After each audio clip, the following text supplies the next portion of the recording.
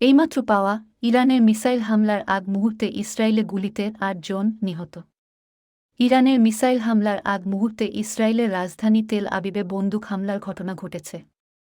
এতে বেশ কয়েকজন হতাহত হয়েছেন বলে খবর দিয়েছে আল জাজিরা।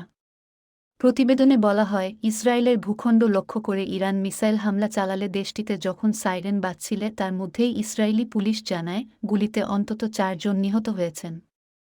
তবে ইসরায়েলি মিডিয়ার বরাতে প্রতিবেদনে বলা হয়েছে নিহতের সংখ্যা ৮ জন। হামলাকারীদের নিরস্ত্র করা হয়েছে বলেও জানিয়েছে পুলিশ। এদিকে মঙ্গলবার ইসরায়েলকে লক্ষ্য করে ব্যাপক ক্ষেপণাস্ত্র হামলা চালিয়েছে ইরান। ইরানের ইসলামী রেভলিউশনারি গার্ড এবং ইসরায়েলের সেনাবাহিনী এই তথ্য নিশ্চিত করেছে।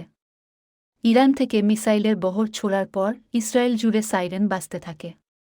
এ সময় দেশটির নাগরিকেরা নিরাপদ আশ্রয়ের সন্ধানে ছোটেন। রয়টার্সের সাংবাদিকেরা ইসরায়েলের প্রতিবেশী দেশ জর্ডানের আকাশসীমায় ক্ষেপণাস্ত্র দেখেছেন বলে জানিয়েছেন। ইসরায়েলের সেনাবাহিনীর পক্ষ থেকে জানানো হয়, ইরান ১৮০টি ক্ষেপণাস্ত্র নিক্ষেপ করেছে, যার অধিকাংশই যুক্তরাষ্ট্রের সেন্ট্রাল কমান্ডের সঙ্গে সম্মিলিতভাবে লক্ষ্যভ্রষ্ট করা গেছে। কয়েকটি ইসরায়েলের ভূমিতে আঘাত হেনেছে। তবে এতে কী পরিমাণ ক্ষয়ক্ষতি বা হতাহত হয়েছে তা স্পষ্ট জানা যায়নি। লেবাননে ইসরায়েলের বোমা হামলায় ইরান সমর্থিত সশস্ত্র গোষ্ঠী হিজবুল্লাহর প্রধান হাসান নাসরুল্লাহ নিহত হওয়ার পর এর প্রতিশোধ নেয়ার ঘোষণা দিয়েছিল তেহরান। আজ মঙ্গলবার ইসরায়েলি বাহিনী লেবাননে স্থল অভিযান শুরু করার পর তেল আবিব লক্ষ্য করে ক্ষেপণাস্ত্র ছুড়ল ইরান। প্রায় ১ বছর আগে ফিলিস্তিনের অবরুদ্ধ গাজায় হামলা শুরু করে ইসরায়েল, যা এখনও চলছে।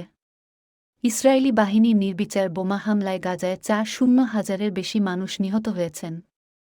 আহত হয়েছেন লক্ষাধিক। এই যুদ্ধ নিয়ে মধ্যপ্রাচ্যে চলমান উত্তাপে নতুন করে ঘি ঢালে হাসান নাসরুল্লাহর হত্যা। আর লেবাননে ইসরায়েলের স্থল অভিযান এবং সবশেষ ইরানের মিসাইল হামলা সংঘাতে নতুন মাত্রা যোগ করল।